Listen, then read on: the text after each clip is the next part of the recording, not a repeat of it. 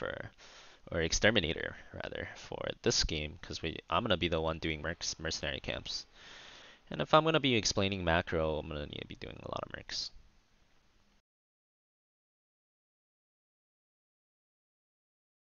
Went to the grocery store today and all the meat was gone except the vegetarian meats and anything labeled organic. That's funny. Hey, you can buy all the organic stuff you want then.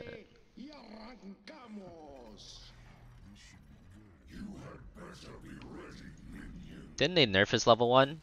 Well, okay, so what happened was they buffed Ace in the Hole, and then they nerfed it from the buff. But I think this one is still better than like the original one. This one is still really good. If I was only concerned with killing heroes, I would still go Ace for sure. But I need a macro this game, so I'm gonna go Exterminator.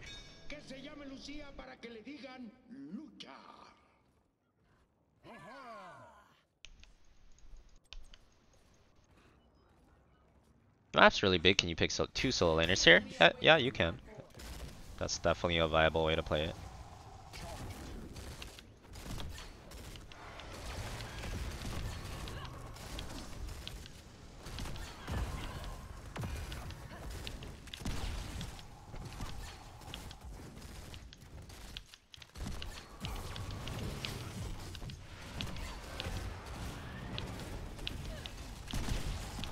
I'm fighting with them here because they're missing soak.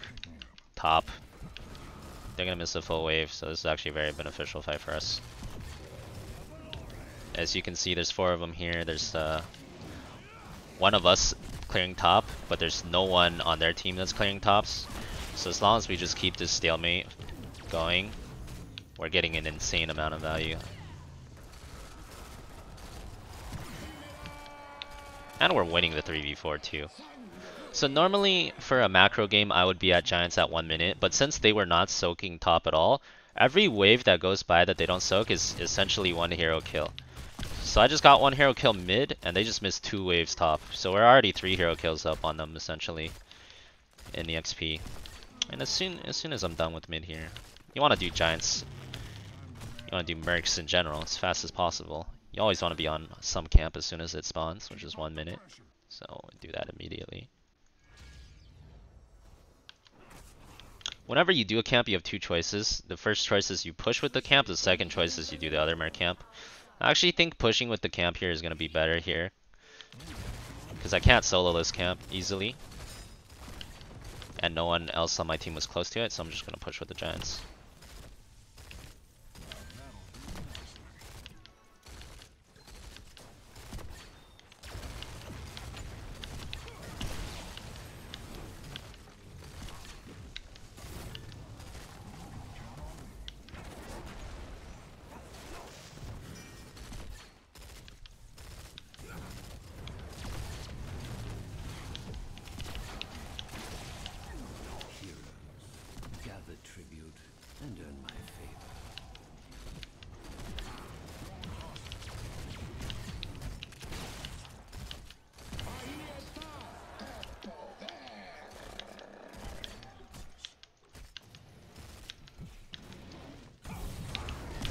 Monk is so stupid. Wait, is the other team all plat or something? Are you kidding me?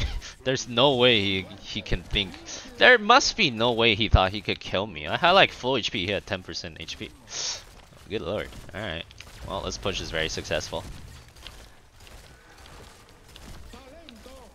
And another reason why I chose to push instead of doing knights was because I knew they were behind on mercs.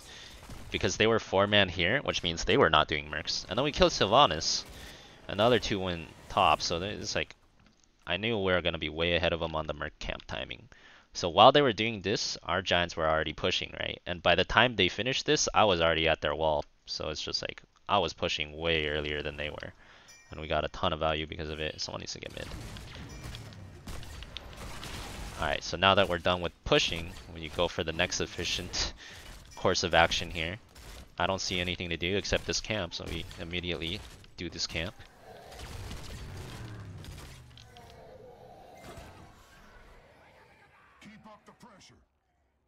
And after you're done with the camp, you look for the next efficient course of action here, right? And There's two actions that I see here. One is I push with this camp. Two is I go invade their camp. Can't invade their camp because none of my team is gonna come.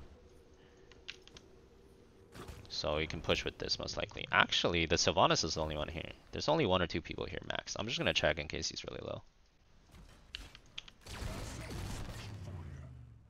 Okay, that's worth it. If he just spent like 30 seconds clearing 1 minion there, that's gonna full leash. He can't do it anymore.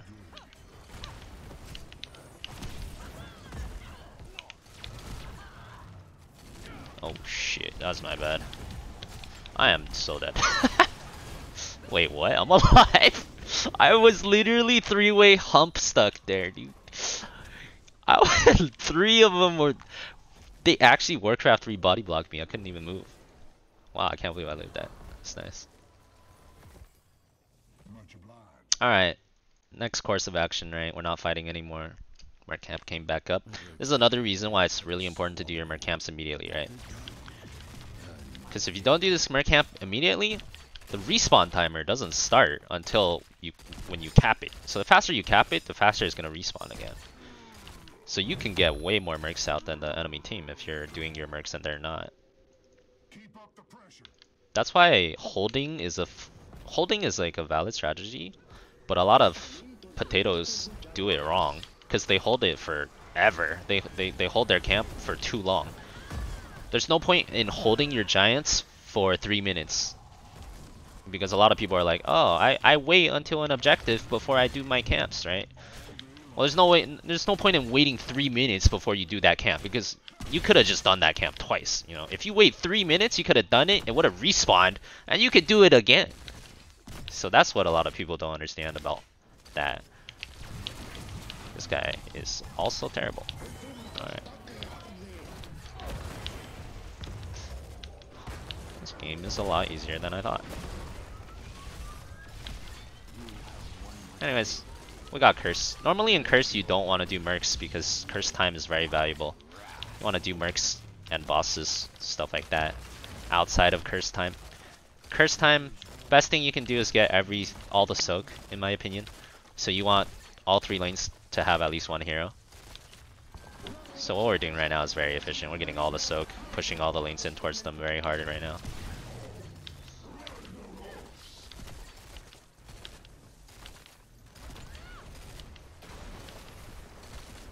During a curse, you can also do a 5-man push.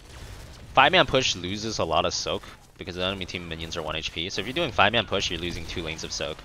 So 5-man push is only worth it if you can get something really, really important, like a keep. If you could get a keep or a core, then the 5-man push is okay during a curse.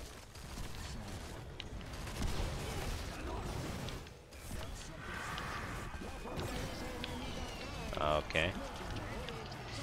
Dude, enemy team's all plat. What the F? Okay.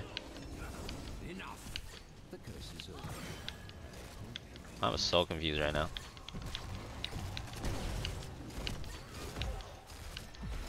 Trying to fight my way out of 5 people. Probably dead here, unfortunately.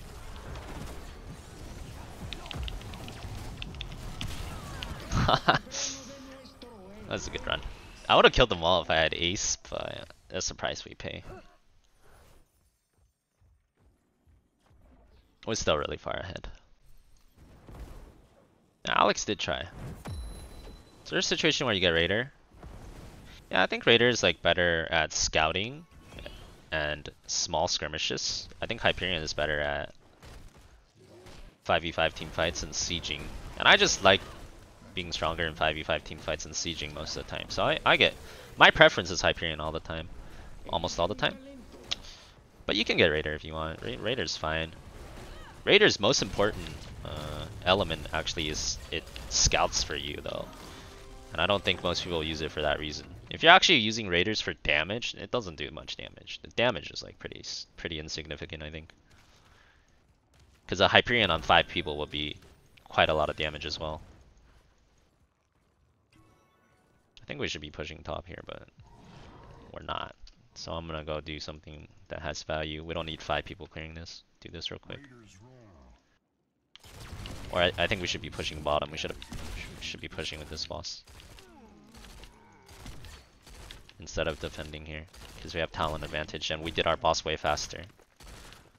So it's like the same thing with the Giants earlier. If we just pushed, we would have like we ran from here to here for no reason. If we ran from here to here, by the time they cap their boss, we would already be like 5-man running it down on their buildings. So we definitely should have pushed there, but we didn't.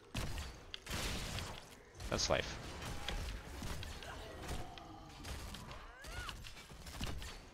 Alright, see you later. Have fun in your meeting, Art. I mean, you probably won't, but you know, good luck.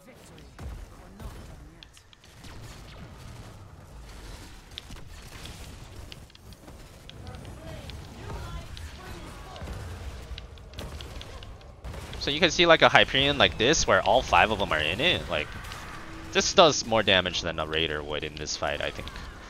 Or at least comparable amounts. And there's also a certain psychology to Hyperion. Half of the benefit of Hyperion is in like the psychological impact, I think. It doesn't do like that much damage. You can walk through it. But ain't nobody want to walk through a giant red circle in this game. They see that red circle, you know, a lot of the time they just leave their teammates to die for free or something. Like, you really hinder the Pepega psychology with the big ass red circle. It's nice.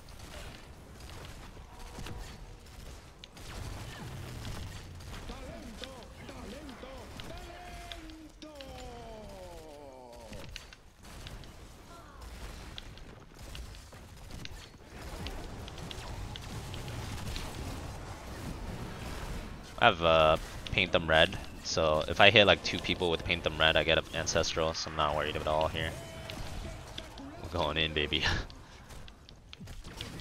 Side step, side step. Also have Tash shields. We have a lot of healing here.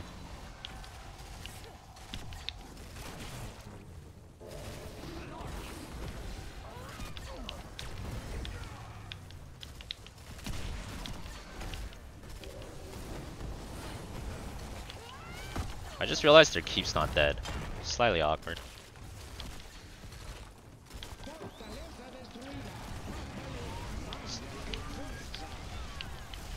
Oh shit, I missed my W.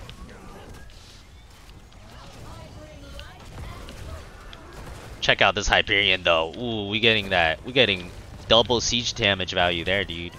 Got the Yamatos on the core and we got the Yamatos on top keep. He said I'm raw-moshing, baby. Damn, son. Okay.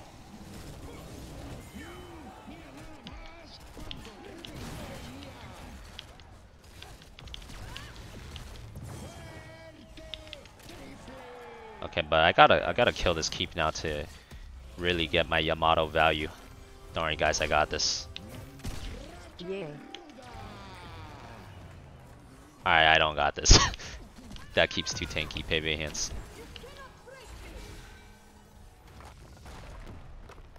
Fan, were you in a brawl as Diva yesterday? Nope. If you ever think it's me and it's not, I'm not streaming, it's not me. I do know there's some imposter with my account name that apparently says really racist stuff in brawls in general chat, but no, that is not me.